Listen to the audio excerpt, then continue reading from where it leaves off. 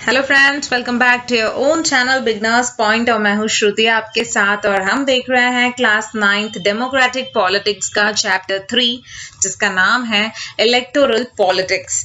Electoral का मतलब जिसमें इलेक्शन से संबंधित या इलेक्शन से रिलेट हुई चीजें हैं जिस पॉलिटिक्स में, उसे इलेक्टोरल पॉलिटिक्स कहा गया है। तो आइए देखते हैं इस चैप्टर में हमें क्या देखना है। सबसे पहला पॉइंट है हमारा व्हाई इलेक्शंस। इलेक्शंस क्यों होते हैं या इलेक्शंस करने की क्या जरूरत है। असेंबली इलेक्शन इन हरियाणा, यहाँ पर एक केस दिया हुआ है जहां पर असेंबली इलेक्शन हुए हैं हरियाणा के, वहां का दिया हुआ है। Let's read it. The time is after midnight. After midnight मध्य रात्रि के बाद का समय बताया गया है। An expectant crowd sitting for the past 5 hours in a chowk of town is waiting for its leader to come. पिछले 5 घंटे से बहुत ज्यादा क्राउड जो है, बहुत ज्यादा भीड़ जो है लोगों की, वो जमा हो गई थी और वो चौक में जमा हुई थी टाउन के, और वो वेट कर रही थी अपने लीडर का कि वो लीडर कब आएंगे, उनके लीडर जो है वो कब आएंगे। तो organisers assure and reassure the crowd that he would be here at any moment.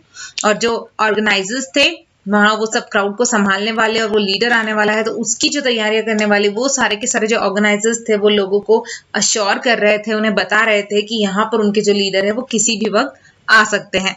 The crowd stands up whenever a passing vehicle comes that way. उस रास्ते पर, उस टाउन के उस चौक में जब लोग खड़े हैं और वहां पर अगर कोई गाड़ी आ जा रही है तो लोगों को हर बार ये लगता है कि शायद उनके लीडर आए होंगे। It arouse hopes that he has come. लोगों के मन में ये कह सकते हैं उम्मीद जाग जाती है कि अरे उनके लीडर आ गए हैं। The leader is mister Devilal. Leader जो थे उनके थे mister Devilal, chief of the Haryana Sangharsh समिति। और वो कौन थे? तो चीफ थे किसके? हरियाणा संघर्ष समिति के। Who was to address a meeting in Karnal on Thursday night. उन्हें मीटिंग लेना था, एड्रेस करना था एक मीटिंग को करनाल में थर्सडे नाइट में। द 76-year-old लीडर, उनकी एज जो थी वो 76 ईयर्स की थी, is a very busy man this days. और वो उस समय में बहुत ही बिजी, बहुत ही व्यस्त आदमी थे। His day starts at 8 AM and ends at 11 PM।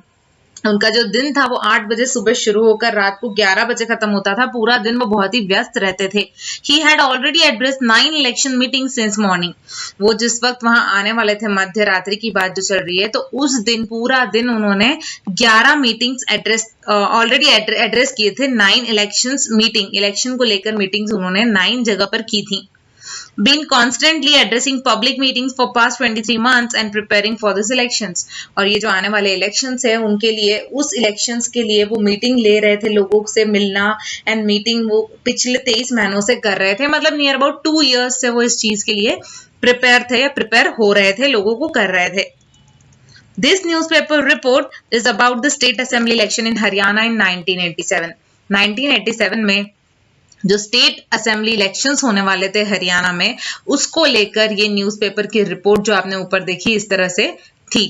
The state had been ruled by a Congress party led government since 1982।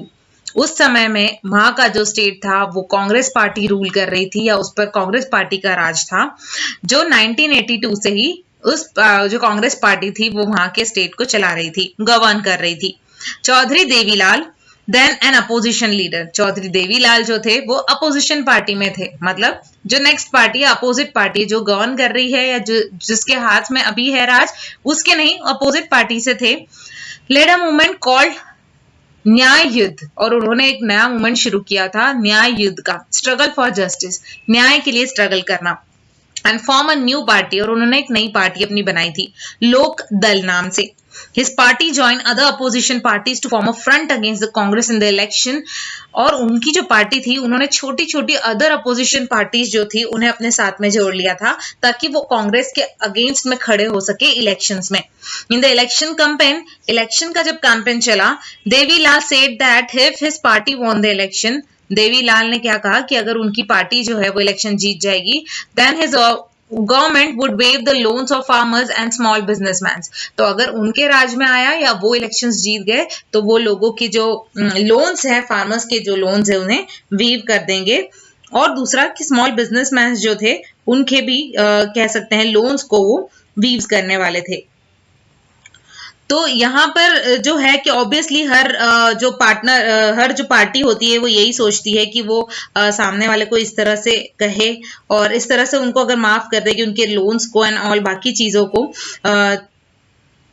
तो मतलब ये होगा कि उनकी अगर चीजें छोड़ देंगी तो डेफिनेटली वो लोग उन्हें वोट देंगे। तो यहाँ पर उन्होंने यही कहा था कि अगर उनकी गवर्नमेंट जीत जाती है, उनकी पार्टी जीत जाती है, तो वो लोन्स जो है फार्मर्स के और स्मॉल बिजनेसमैन के वो छोड़ देंगे या माफ कर देंगे। He promised that his would be first action of his government, और ये सबसे पहली एक्शन होगी उनकी गवर्नमेंट की तरफ से, ऐसा वो प्रॉमिस कर रहे थे।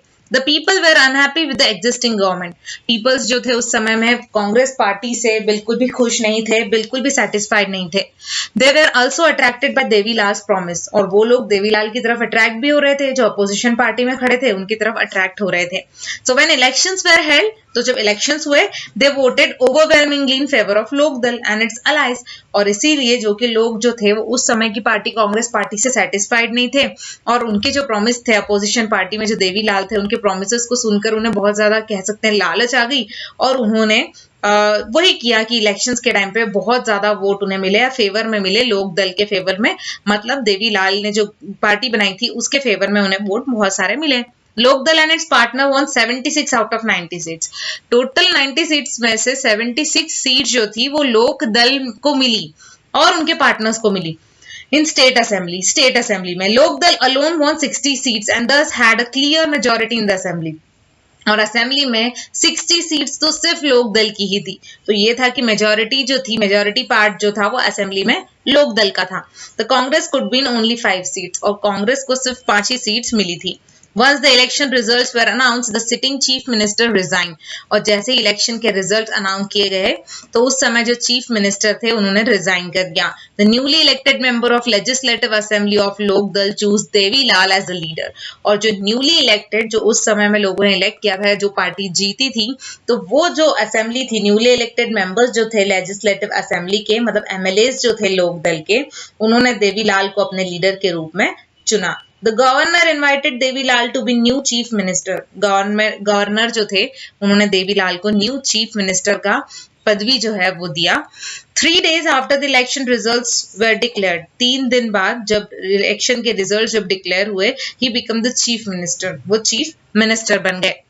As soon as he became the chief minister, his government issued a government order waiving the outstanding loans of small farmers, agriculture laborers and small businessmen.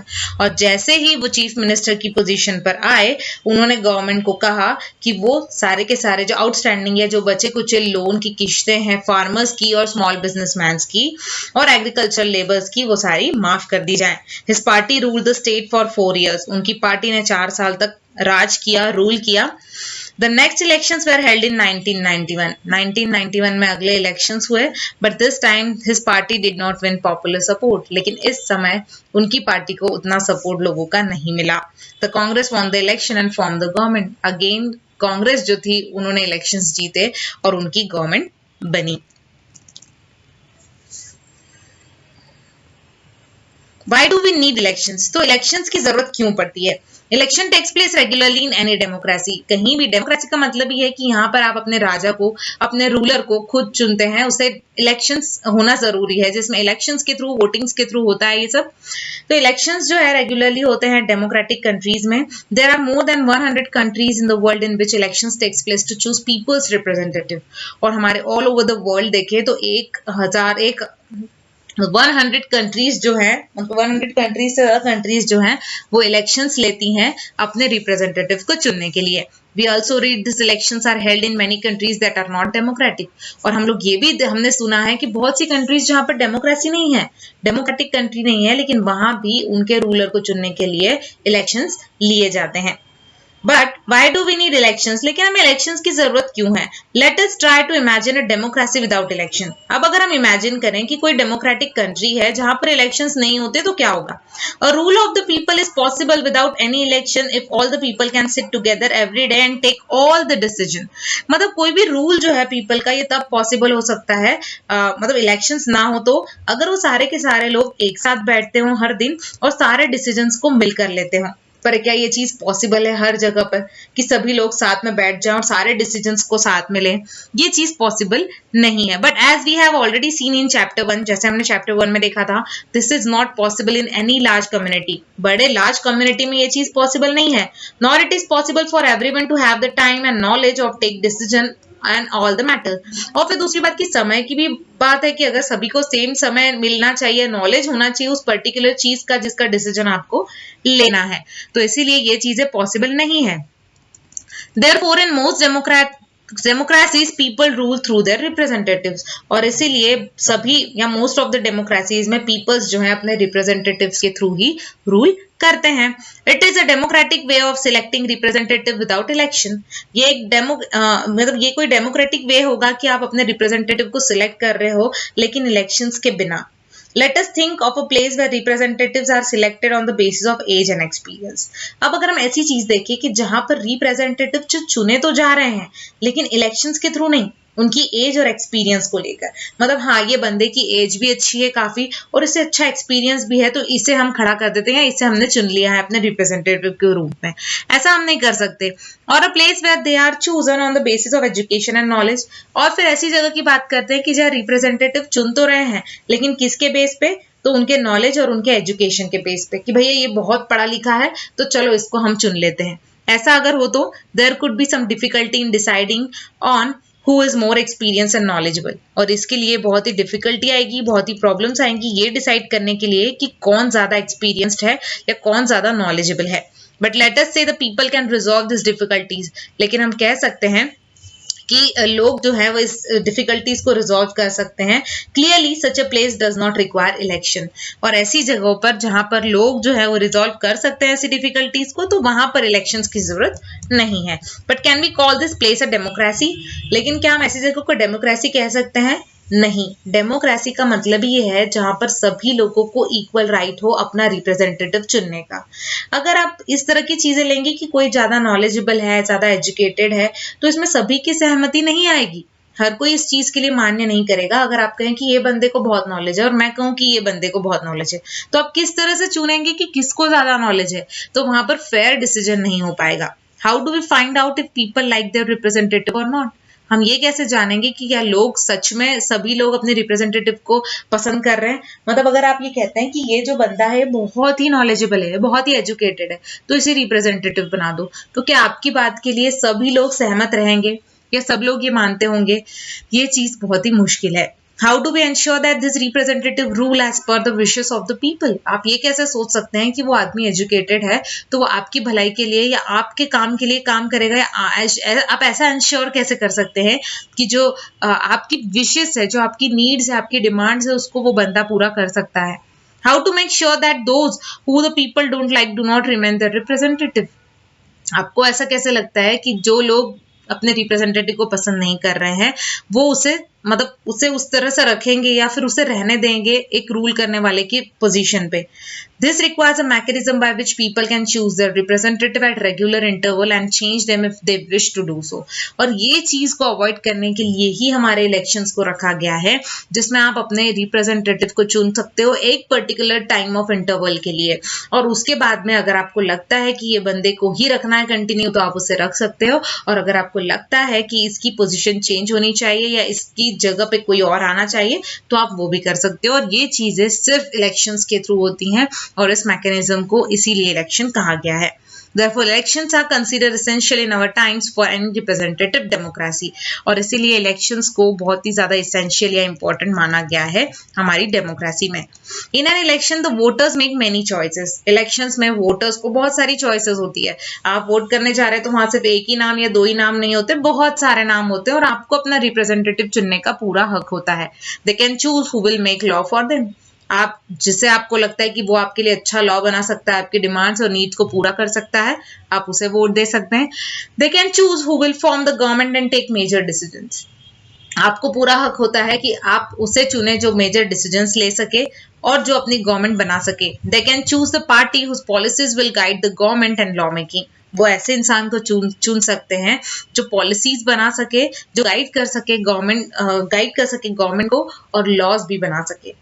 तो इस तरह से इलेक्शंस में सभी लोगों को इक्वल राइट होता है कि वो अपने पसंद के रिप्रेजेंटेटिव को वोट दें और इलेक्शंस में जिता सकें। तो इसीलिए इलेक्शंस जो हैं उनकी बहुत ज़्यादा ज़रूरत होती है।